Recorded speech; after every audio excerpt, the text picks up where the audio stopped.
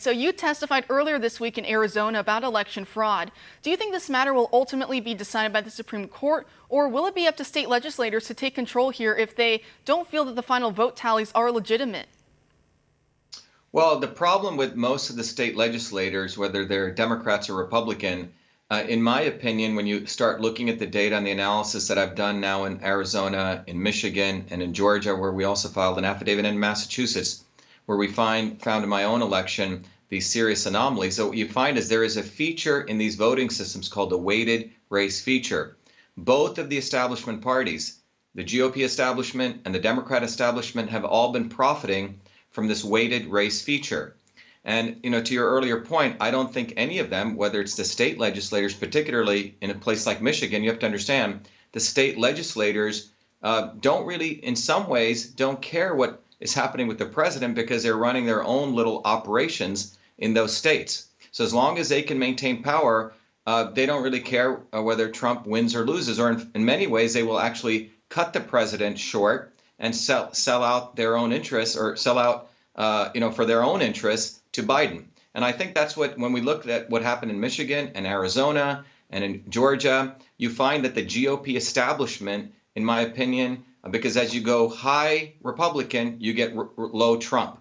So the data and the signals to me say that this was not just done by one party. There was a collusion of both parties against President Trump.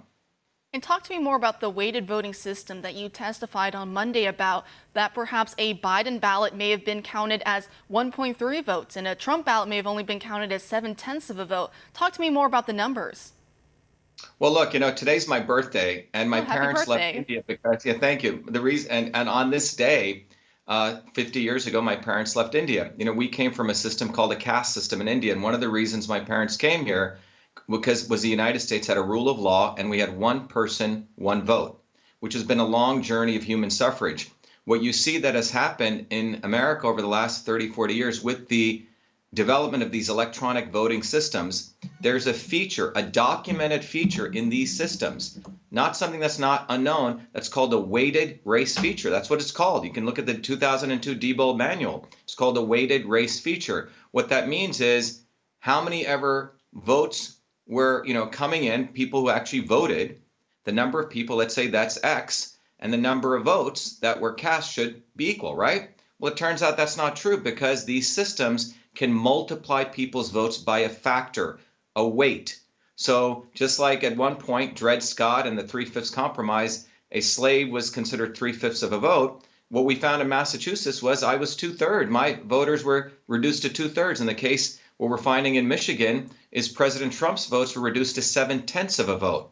And the fact that the electronic voting systems have this feature, and more importantly, the fact that the state election directors and the secretaries of state have allowed these systems, is quite criminal. And what I found interesting is that at the federal level, the Department of Justice should have intervened, because when these weighted race features are there, the way that you can detect it is with what's called the ballot images. And guess what? Many of these states are deleting the ballot images, particularly for federal elections, which is a violation of 52 USC 20701. And I find it quite incredible that Attorney General Barr has not intervened and started putting certain people in jail because they are violating one of the fundamental premises of election law, which is 20701, which says that all data, all records generated in connection with a federal election must be preserved for 22 months.